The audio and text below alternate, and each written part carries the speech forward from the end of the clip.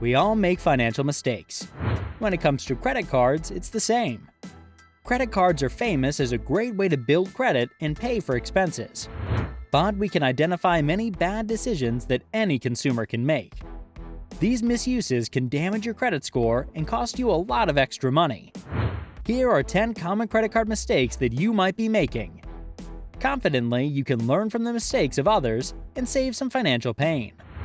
Remember to subscribe to my channel for the latest video updates, and don't forget to like and share this video. Your support is highly appreciated. Okay, let's move on to the video.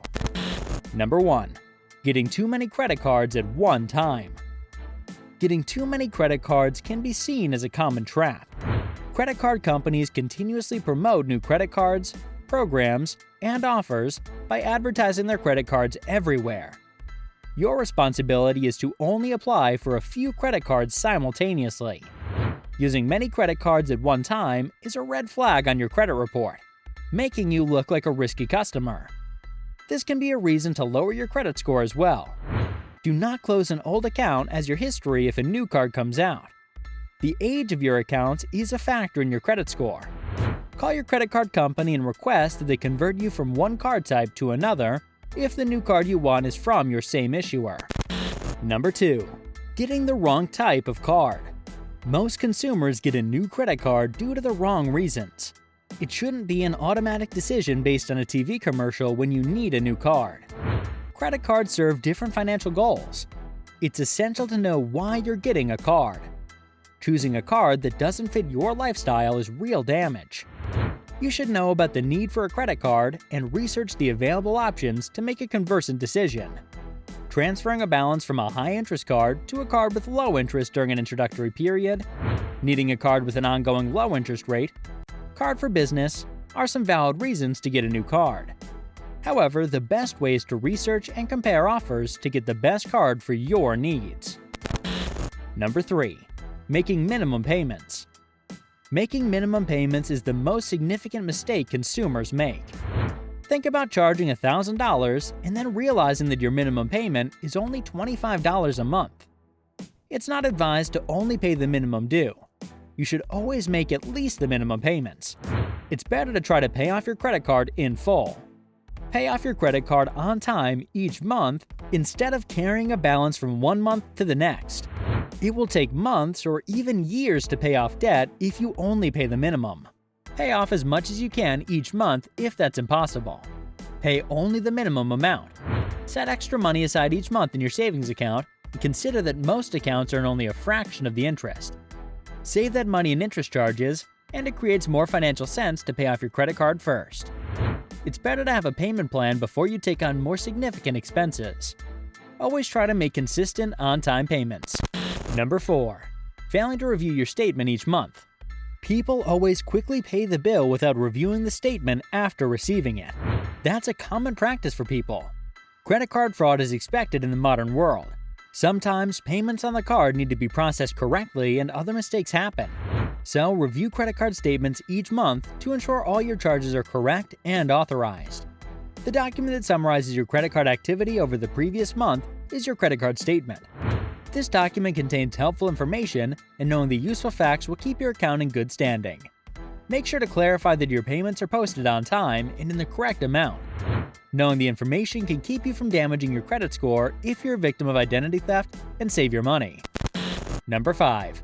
Exceeding your credit limit. Exceeding the credit limit is a wrong financial move, and your credit limit can penalize your score even using too much. This can hurt your credit score too. The credit limit can be identified as the maximum amount you can charge to your card, and your debt utilization ratio is one of the most significant factors in determining your credit score. The credit utilization ratio means the amount of credit you use compared with what you have available, which depends on a portion of your credit score. Hitting your credit limit could hurt your credit score, so be careful to carry a balance of at most 30% of your credit limit. If you take an example, $3,000 is the most you should charge from the $10,000 credit limit on your card.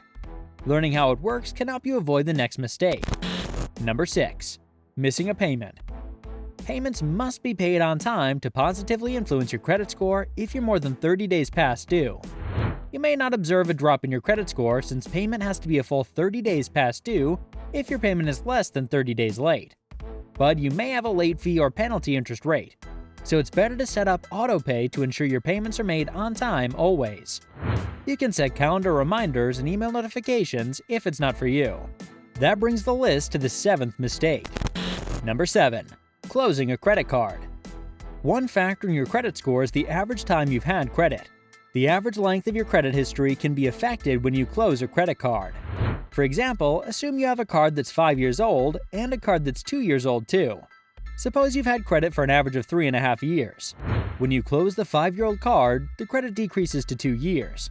The general advice is not to close a credit card, especially your oldest card. It's fair that there are moments to close a credit card that make sense, but it's essential to think twice about your decision.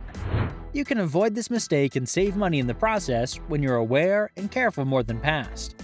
Refrain from falling into the trap of the 8th mistake. Number 8. Ignoring the terms and agreements on your cards. Credit card agreements are complicated to read. It's a lot of work. A lot of fine print can be confusing, but reviewing it will help you understand how your credit works, especially your interest rates.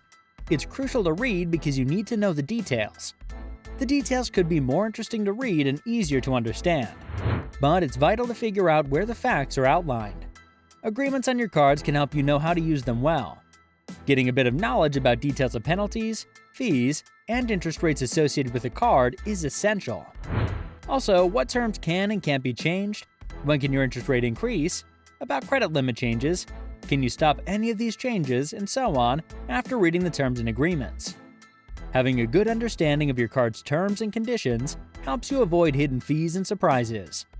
If you want to avoid the next mistake, number 9, opening too many credit cards within a short period. When you apply for a new credit card, there will be a hard inquiry on your credit report. Opening too many credit cards quickly can increase the risk of rejection on future applications. If you add more hard questions rapidly, you would appear to lenders as risky.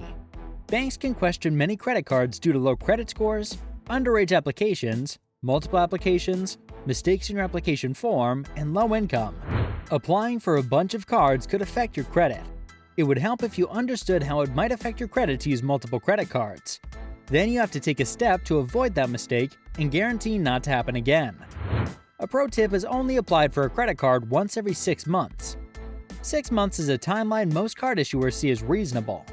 Make sure to avoid the mistakes if you're accepted to a new credit card. Number 3.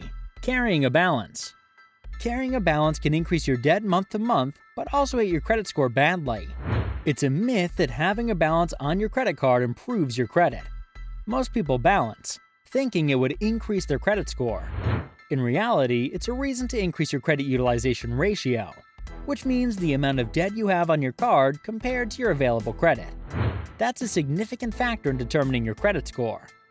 Carrying a balance is a risky task, especially if you're dealing with high interest rates. Someone can feel a cashback card is a great way to earn money off your purchases. But that savings can have no value if you're paying high interest. Again, keep in mind savings are for nothing if you're paying interest.